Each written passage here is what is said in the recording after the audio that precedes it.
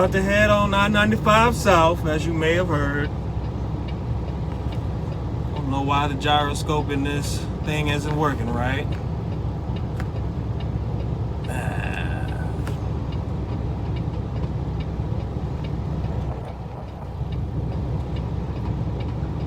That's pretty fucking trashy, man. I don't understand why that's doing that. I don't know if it'll come out in final production like that, but right now it's doing this rear wavy look. At any rate, we got loaded. We had to do some impromptu maintenance on the trailer. Hell, I forget the name of the damn thing, but the handle, which landing gear handle, completely unexpected, but we're prepared. As a truck driver, we're prepared as a man. We had tools and ingenuity and the intellect to get it taken care of. So that's what happened. It got taken care of. We got this thing going. Lesser men would have had to call road service. Anyway, I'm starving. And there's a TA en route, but it's still within the Maryland Metroplex. I'm not sure if I want to stop there because I'm not even sure they've got anything good to eat. As I was coming out of this place, I came out different than I went in. And as long as I've been sitting there, I could have walked to a couple of restaurants in the area. I don't know why I didn't Google Maps the area to see what was in. Come on now. Walking distance. Every time this damn fan comes on when I'm pulling off, I have to shift at higher RPMs to get the shifter in gear.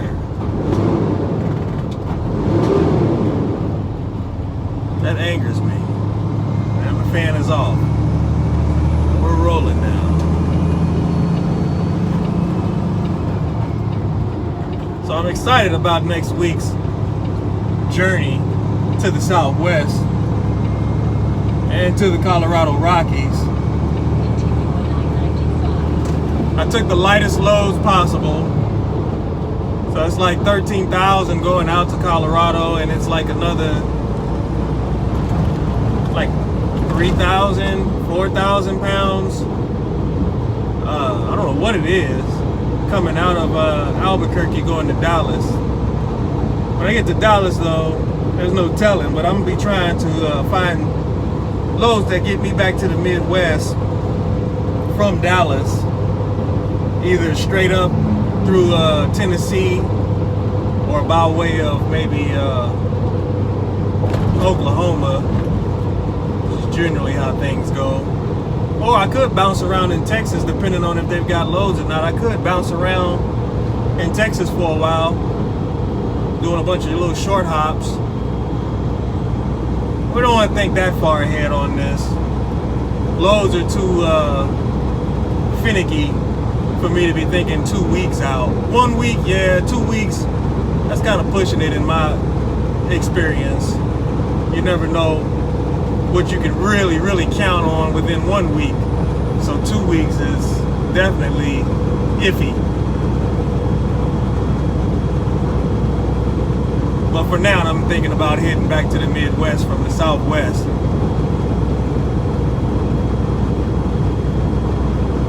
But I'm excited about it. That's why I keep recording. I'm also excited about this inspection. I'm hoping they don't find anything. I haven't been experiencing anything. There's some things I want to upgrade on my truck. There's this metallic lower radiator hose. I can't even really call it a hose. It's really a pipe. And it's got some surface rust. It could just be, you know, sanded and powder coated and put back on, which I thought about doing. Or I could buy a new one, depending on the price, we'll see. But I know I got to drain all of that fluid because it's on the bottom. So I was thinking about just taking it to the shop and purchasing a new one, just because I don't want the road grime and salt to really eat through it. I I could sand it in place and then, you know, primer it and put some Rust-Oleum or something on it, which now that I think about it and say it out loud, that might be a good option for me. I just don't want anything this winter to pop up, if you know what I mean. I got some serpentine belts that I need to purchase. There's 2 that go on here. I haven't gotten the numbers off of them, but when I get home, I'll be replacing those 2. Today, I ordered a curved monitor. I got it financed through business credit.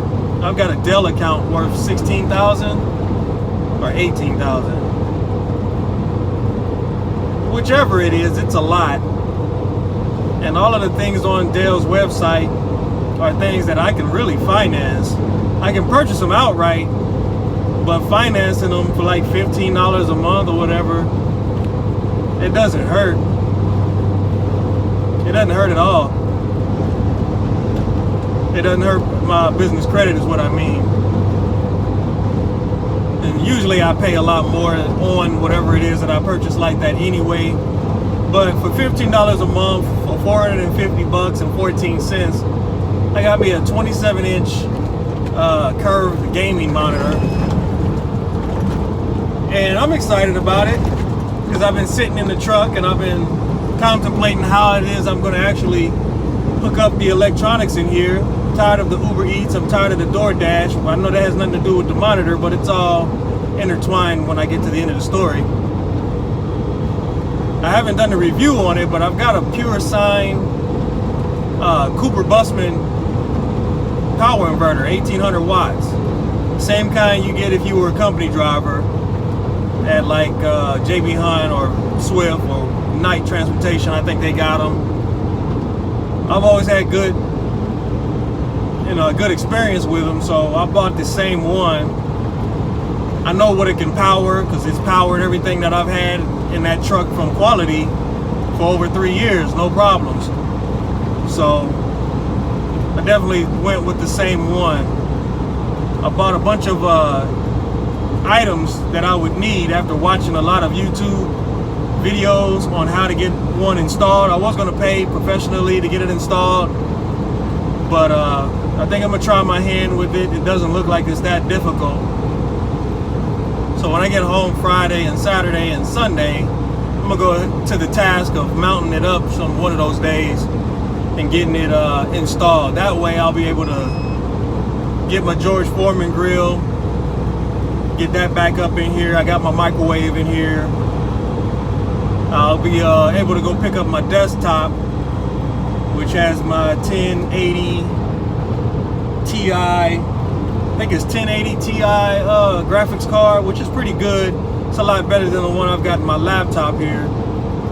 And it also allows me to, it's got a terabyte solid state, and it's got a 500 gigabyte, oh no, it's got a 1 terabyte in solid state, and I've got a 1 terabyte external hard drive. Got decent memory, so I'm excited because I'll be able to professionally put some of these YouTube videos together. And so the monitor, that's where the monitor comes in. I wanted to upgrade the monitor, not only for gaming, but for video editing also. And I'll be showing you how I'll mount that a little later also. I've been thinking about it, and it's completely untried. I know nobody's tried it because I've never seen anybody try it, and I'm hoping that it works for me. I wanted to do it with the minimal amount of invasiveness, which means I didn't want to put a bunch of holes and rearranging the structure of the actual vehicle and tearing up the plastics and the metals. So I'm gonna try to do it with the least amount of invasiveness, and I'm gonna show you how I'm gonna do that. It shouldn't be more than just maybe 2 holes I'm gonna drill in a really inconspicuous spot, and that should be able to mount the entire monitor. I got a VESA stand ordered, which I'm gonna hang upside down and bolt it to a strip of metal on the top bunk, and then I'm gonna attach the monitor It'll essentially be upside down on the stand, but it'll be right side up for me. And I'll be able to look at that from the foot of my bed. So I'm excited. I'm hoping that everything goes as planned. But the priority this weekend is just getting the inverter installed. Getting the inverter installed, and then we'll go from there with all of the other electronics that I'm installed inside of here. And we'll prepare for my trip. Get stock up the refrigerator. Get some real food this time, something that I can eat on the road without having to order Uber Eats or go into Denny's or Iron Skillet and all of that old crap. And hopefully we can save some money in the long run doing things like that. Anyway, let me get to it, man. Got only 765 miles more to go, so maybe I'll post something for the night video if the camera is acting right. Oh, and I also bought some LED lights. Those should be here by Friday too. That'll help me out a lot when I'm out there at night running around Colorado and New Mexico. So I'll catch up with you.